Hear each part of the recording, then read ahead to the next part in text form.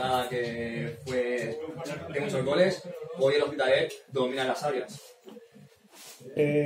Fue de un gol, no de muchos goles la derrota. No, de muchos goles en el cómputo general del partido, de tanto goles del Hospitalet como el de Igualada, que fue un partido espectacular a la vista del espectador. Hoy el Hospitalet domina en las áreas, mantiene portería 0 y marca 3 goles fuera de casa. Sigue marcando goles el Hospitalet, fuera de casa y en casa. El otro día, creo, ¿cuántos metió el otro día el Hospitalet a favor? 3.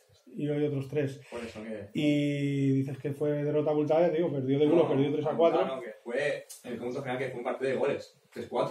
Sí, fue un partido de goles y creo que hoy era importante ganar para seguir la buena línea que lleva el equipo, la línea que lleva desde el primer día que empezamos de pretemporada, y salvo el traspié de la semana pasada, que yo ya lo he dicho, que el equipo pues hizo un mal partido y era importante, después de hacer un mal partido, pues volver a las sensaciones, hacer un buen partido, y así ha sido hoy.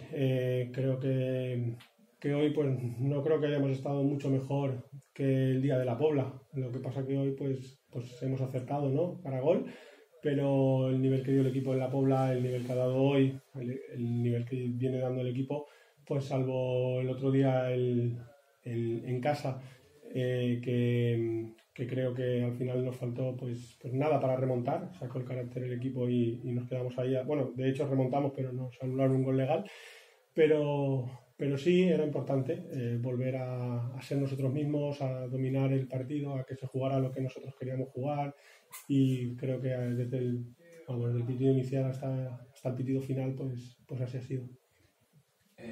Una vez más el equipo se vacía y los jugadores que aún están entre algodones como Gómez lo dan todo. Sí, teníamos a Udal, que entrenó por primera vez el viernes, y a Gómez, que entrenó por primera vez el viernes, con sobrecarga de autor, 15 de tobillo de Udal la semana pasada, y Parera, que ya habéis visto el partido que ha hecho Parera, que ha jugado aún pues forzándolo con molestias en la rodilla, y creo que el trabajo del equipo es innegable siempre, no se negocia hasta cuando salen malos partidos, como la semana pasada, porque la semana pasada, a pesar de no salir un buen partido, el equipo pues puede recordar cómo acabó el partido, volcado en la portería rival.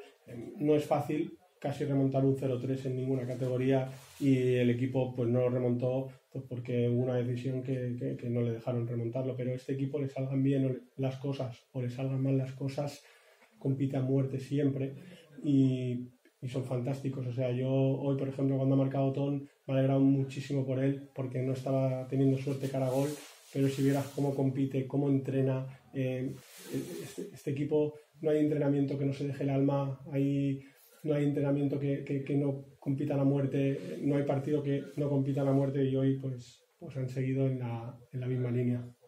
Y por último, Nathan, quiero preguntarte por el debutante, por Axel. Pues mira, muy contentos por él, porque Axel es un chico que está aprendiendo mucho, es el ejemplo de este equipo, no se rinde nunca, da igual los minutos que tenga, siempre entrena bien, siempre compite bien, siempre viene con ilusión, está aprendiendo unos conceptos a marchas forzadas, y creo que hoy ha debutado, pero que durante la competición va a tener más minutos, porque es un chico que está en continuo crecimiento, y creo que Axel pues va a jugar muchísimo tiempo a fútbol. Hoy ha salido pues mira de lateral derecho, y éramos unos minutos pues a nosotros nos apetecía dejar la portería 0, porque se había hablado de que estábamos encajando muchos goles de tal, pero el equipo ha encajado en 2 partidos 4 goles.